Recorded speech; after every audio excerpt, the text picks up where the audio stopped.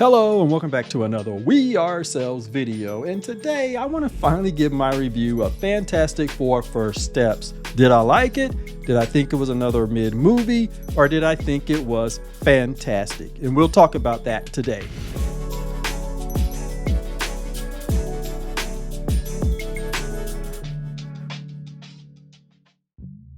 Now, I saw Fantastic Four in the first weekend, and I actually went to see it twice in the theater, so that should tell you what I think about the movie.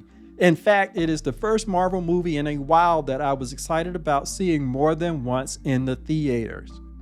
There are scenes in there that I anticipated seeing again, and I really wanted to see them also in the theater. I haven't felt that way in a while. I only saw Brave New World once, and I was done, and I saw Thunderbolts once, and I was done. In terms of the movie, I loved it. It was hands down a consistent, well done, well edited movie. I like to say that the adults worked on this movie, contrary to Superman, which I'm sure a lot of talented people worked on it, but it just felt frenetic and immature, whereas this one felt like the mature, seasoned adults put this movie together. This is how you do a damn soundtrack, okay? This is how you use a theme in a movie. The sound design was fantastic, no pun intended. There were moments in the movie where all the sound all but dropped out, and I loved it. Again, some of the sequences that I wanted to see again in the theaters. The actors were good. All of them were good. I know there was some question about Pedro Pascal and Joseph Quinn. I never had any question about Joseph Quinn because personally he comes off as a young Robert Downey Jr. If they ever decide to recast Iron Man, well, I know he's already in the MCU, but they could have used him. I wasn't worried about it. Pedro Pascal, he grows on you because Pedro Pascal is a good actor, so he grows on you as Mr. Fantastic. Vanessa Kirby's Sue Storm was miles ahead of Jessica Alba's. Jessica Alba, I went back and watched Silver Surfer, and there's a reason why, and I'll talk about that. But I went back and watched it, and she talks like a Barbie doll. Vanessa Kirby is serious, grounded. She is a very good Sue Storm, and she is the heart of the movie, her and her son. Joseph Quinn, like I said, was fine, and I love the fact that he had a very compelling sub-story. Ebon Moss-Backrack as Ben Grimm, he was fine as Ben Grimm.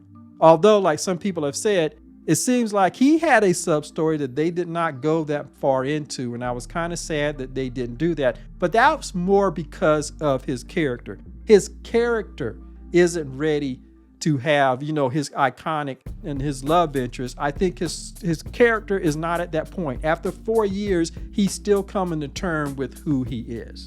Shia LaBeouf, Julia Garner, fantastic. And contrary to what people tried to say that it was MCU and, Sue and Shia LaBeouf is still in the show, it's like, first of all, I went and watched the original Rise of Silver Surfer. Sue Storm was doing the heavy lifting in that movie too. Not only is she the one that reached out and reached the Silver Surfer, but she was also when they saved the Ferris wheel, which was the first time in the movie you see them working together as the Fantastic Four, and that's 50 minutes in. She's the one that's holding up the Ferris wheel while the guys are fumbling around and getting their act together. Sue Storm, for anybody who read the comic books, I'm not a big comic book head in terms of Fantastic Four, but I have friends who talk about it, and they say Sue Storm was always extremely strong. So she wasn't a Mary Sue. What she did here, she did with the team, okay? Plus, it's a mom who's saving her damn kid. A kid who's been growing inside of her and who has the power cosmic. You don't think that affected the mom and maybe could have amped up her powers? I don't know. It's an interesting concept. It's something that I have in one of my stories.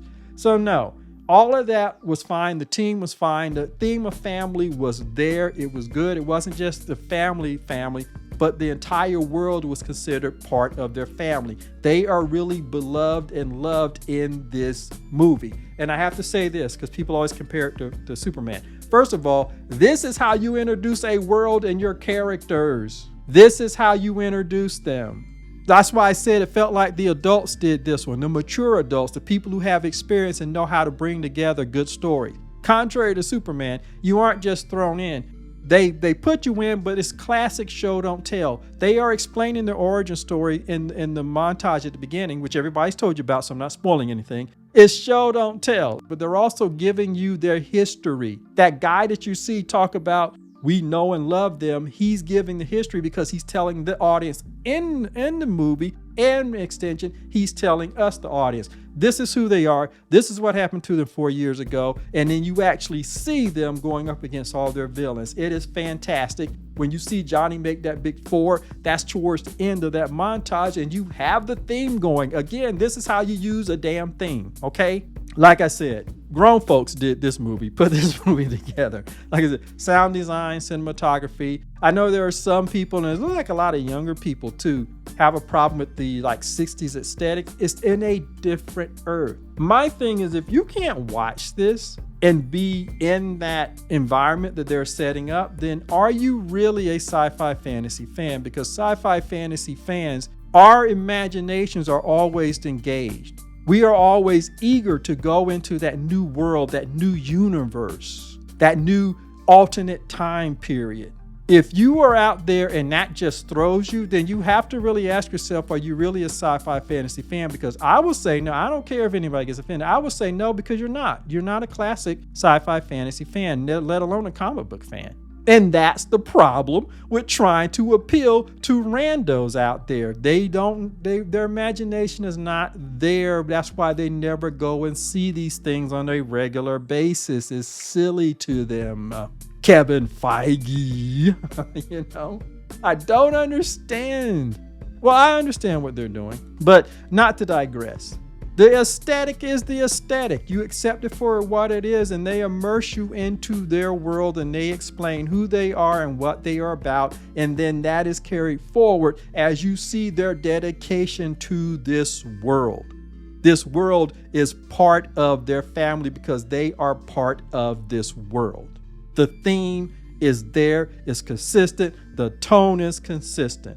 It is a well done movie.